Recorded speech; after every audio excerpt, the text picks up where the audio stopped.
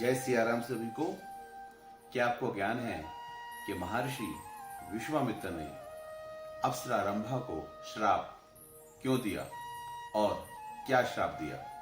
आइए यह जानने की सुनते हैं आज की कहानी। आज हम आपको वाल्मीकि रामायण के बालकांड के अध्याय 64 की कहानी सुनाएंगे।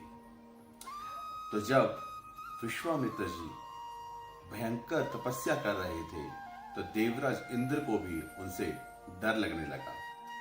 तो वो रंभा के पास गए जो एक अप्सरा थी और उन्होंने उस अप्सरा से जाके कहा कि आप कृपया करके विश्वामित्र जी के पास जाइए और उन्हें अपने प्रेम के जाल में फंसा लीजिए। ऐसा करने पर उनकी तपस्या में विघ्न पड़ जाएगा।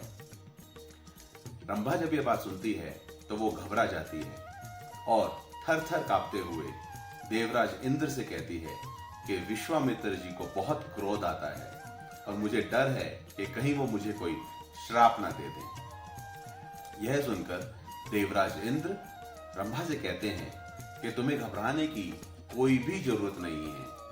तुम्हारे साथ मधुर आवाज वाली कोयल, कामदेव और स्वयं मैं चलूंगा जब तुम विश्वामित्र जी के पास जाओगी और हम सब मिलके तुम्हारी सहायता करेंगे। यह सुनकर रंभा यह करने के लिए तैयार हो जाती है और वो सब विश्वामित्र जी के पास जाते हैं। जब विश्वामित्र जी कोयल की मधुर आवाज सुनते हैं तो वो उस तरफ देखते हैं और उन्हें सामने रंभा खड़ी हुई दिखाई देती है जो कि अत्यंत सुंदर थी।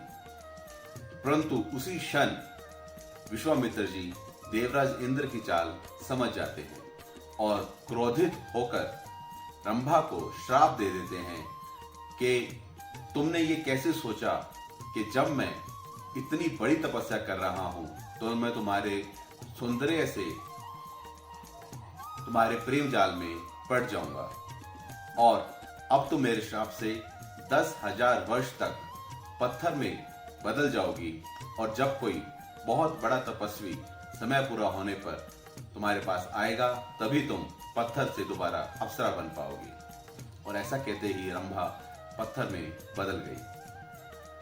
परंतु ऐसा करने के बाद विश्वामित्र जी कहते हैं कि मैंने इतनी बड़ी तपस्या की कि मैं किसी प्रकार से अपने क्रोध और अपने काम के ऊपर काबू पा सकूं, परंतु आज मैंने क्रोधित होकर ही रंभा को श्राप दे दिया।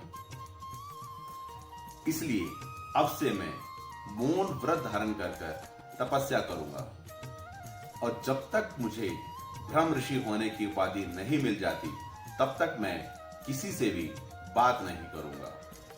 मैं कोई भी खाना नहीं खाऊंगा, मैं अपनी आंखें नहीं खोलूंगा और मैं तब तक यह तपस्या करूंगा जब तक मुझे ब्रह्म ऋषि की उपाधि नहीं मिल जाती। और ऐसा कहकर विश्वामित्र जी फिर से कठोर तपस्या में लग जाते हैं और इस प्रकार से आज का अध्याय संपन्न होता है। देखिए कितना तपस्या करना पड़ती है अपने मनोरथ को हासिल करने के लिए। यह सब हमें वाल्मीकि रामायण से सीखने को मिलता है। अगर आप ये चाहते हैं कि ये अद्भुत कहानियां जो कि इतनी ज्ञानवर्धक हैं सभी लोगों तक पहुंचे तो आप सबसे अनुरोध है कि आप हमारे पेज को ज्यादा से ज्यादा लोगों के साथ शेयर कीजिए और उनसे अनुरोध कीजिए कि वो हमारे पेज को फॉलो करें। और आप सभी लोग सुनते रहिए प्रभु राम की कहानी, भक्त मन्नू की जबानी। जय सिया राम सभी को।